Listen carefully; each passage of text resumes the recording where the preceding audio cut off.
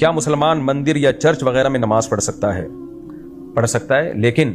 ایسی جگہ جہاں جانداروں کی تصویریں لگی ہوئی ہوں وہاں نماز پڑھنا مکروہ ہے، بلا ضرورت وہاں نماز نہیں پڑھی جائے گی۔ جہاں مجبوری ہو تو ایک الگ بات ہے، تو چونکہ مندر میں تو بت رکھے ہوئے ہوتے ہیں، یہ تو حرام ہے تصویریں، اور عیسائیوں کے چرچوں میں حضرت مریم کی، حضرت عیسیٰ کی معاذ اللہ فرضی تصویریں لگی ہوئی ہوتی ہیں، تو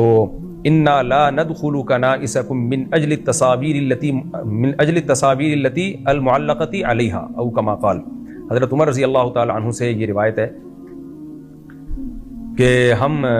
من اجل التصاویر المعلقۃ علیہا، کہ ہم تمہارے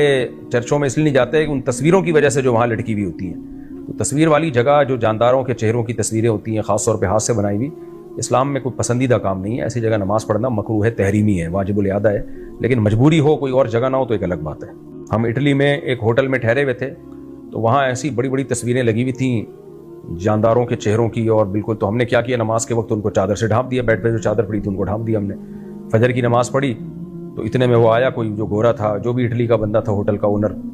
اس نے ہمیں دیکھا، اونر نہیں یعنی جو بھی ملازمین ہوتے ہیں وہاں، تو وہ اب ہم سے اضافی چارجز لے رہے ہیں۔ ہم نے کہا کس بات کے پیسے بھائی؟ وہ کہہ رہے یہ جو آپ نے چادر ہے نا جو بستر پہ استعمال ہونی تھی، اس کا آپ نے ایکسٹرا یوز کیا ہے، یا آپ نے تصویروں پہ ڈالی ہوئی ہے، اس کے الگ سے پیسے دو۔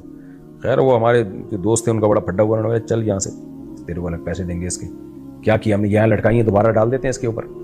اس میں اندازہ ہوا کہ بعض لوگ بڑے لچڑ قسم کے ہوتے ہیں، تو اب اگر وہ زبردستی لیتا تو پھر تو مجبوراً پھر ہم ایسے ہی پڑھتے ہیں نا نماز، اگلی ظہر کی پھر ہم ویسے ہی پڑھتے کہ یار یہ تو اس کے بھی الگ سے چارجز لے رہے ہیں۔ تو مجبوری میں جائز ہے، بلا ضرورت جائز نہیں ہے، تصویروں کو ڈھانپ دینا چاہیے۔ لیکن یہ وہ تصویریں جو دیواروں پہ لٹکی ہوئی ہوتی ہیں، اگر